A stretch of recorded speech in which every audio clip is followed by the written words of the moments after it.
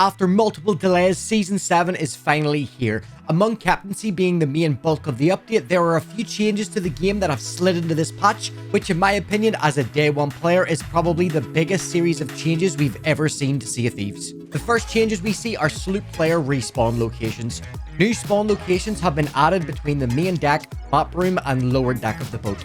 Previously, the sloop had 5 respawn locations: helm, rug, grate, bowsprit and wood barrel spawns. We also see the removal of a spawn location too, that being the helm spawn, which, if you don't know already, is one of the main spawn points which most of us tried to get those Skeet clips. Rest in peace, helm spawn Skeets. I loved you dearly. Next up is a series of changes to the sloop that will most definitely sway the course of naval combat: sloop damage. Huge shout out to all you solo sloopers, you're gonna like this. Cannonball knockback has now been reduced. You know when someone hits the ship with a cannonball and it only sends you to what feels like outer space? Yep, that's called knockback. Don't get me wrong, when standing on certain parts of the ship, you'll still get popcorned off. But with knockback being reduced, this will lessen the chances of being on the helm than being sent for a quick dip in the water. Next up is sloop mass damage. In regards to naval combat, this is one of the biggest changes we've seen since the mass damage was introduced to the game. Previously, shooting one chain shot at a mast would knock it down. This has now been changed to 2 chain shots. With a sloop mast having 3 points of damage, this means that a chain shot now deals 2 points of damage. Shooting an additional chain shot or a successful cannonball mast hit, this will again take down the mast. With the reduction of chain shot damage, cannonball damage remains untouched. Again, with the sloop mast having 3 points of damage, just like before, it still requires 3 cannonball hits to take the mast down. When on a sloop, you could previously shoot down its own mast. This works by aiming your cannon to the highest point and shooting the mast down.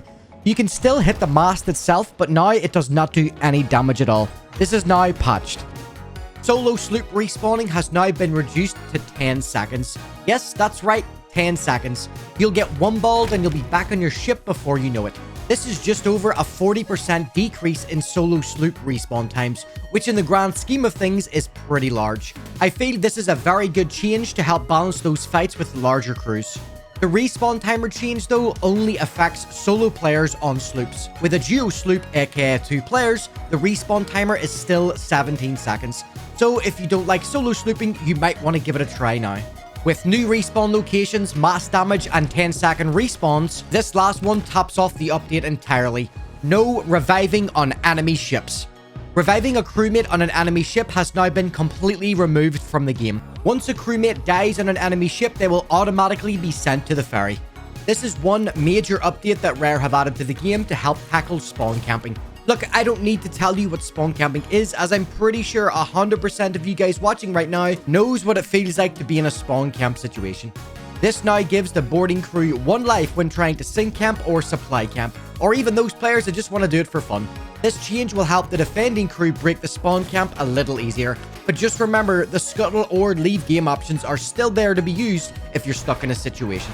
You need to remember that there is a wealth of different playstyles and approaches to Sea of Thieves, and I'm really happy solo players have now been looked at, as whether you like to believe it or not, there are a lot of solo sloopers in this game. These changes now at least give them a fighting chance when up against moderately skilled crews or other ship types.